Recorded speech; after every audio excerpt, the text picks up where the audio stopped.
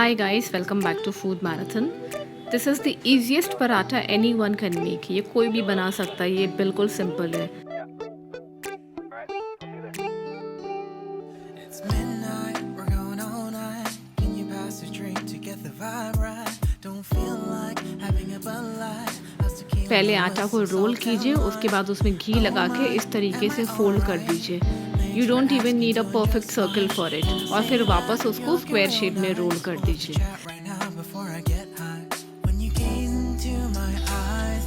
You can see how easy it is. ये आराम से बन गया और इसको कोई भी बना सकता है.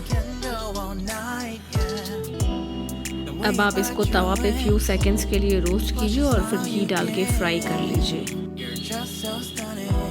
Wow, it's ready now. Serve hot with aloo sabzi or omelette or anything. And thank you for watching, friends.